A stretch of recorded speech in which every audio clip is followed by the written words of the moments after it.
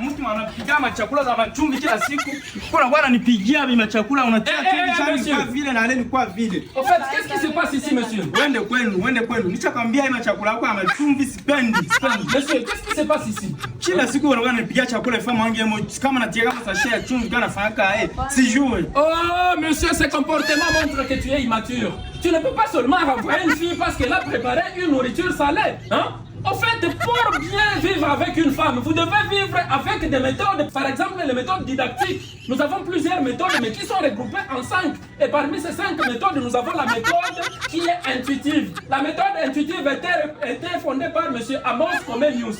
On parle de l'intuition lorsque les connaissances à acquérir sont présentées sous forme sensible au moyen de matériel concret ou semi-concret. Et là, quand nous parlons de matériel concret, nous voyons ce qu'on appelle l'intuition, le matériel didactique. Donc, elle doit apprendre en agissant. C'est ce que John Dewey a appelé le learning by doing. Donc, apprendre en agissant. C'est M. Saint Thomas d'Aquin qui a dit « Rien n'entre dans l'intelligence, ça passe par l'essence ». Donc, vous devez y aller lentement avec le learning by doing.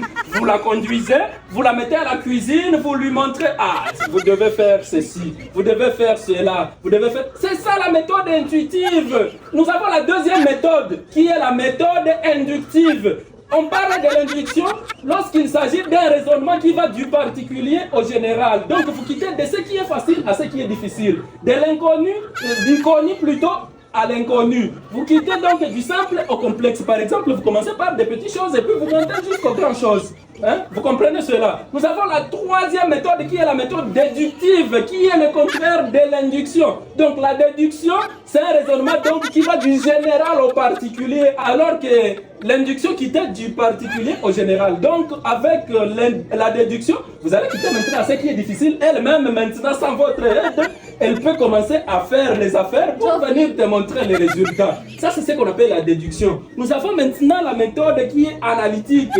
Au fait, l'analyse, c'est donc on prend un tout.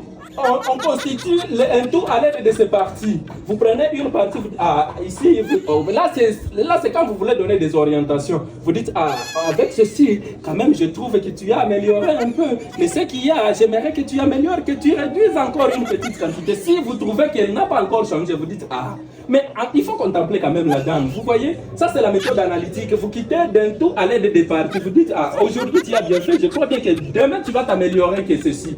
Alors, demain encore, vous trouvez qu'elle a réduit la quantité du sel, encore vous dites, ah, ici c'est bien, mais il vous manque encore quelque chose. Ça, c'est l'analyse. À part l'analyse, vous allez à la méthode synthétique.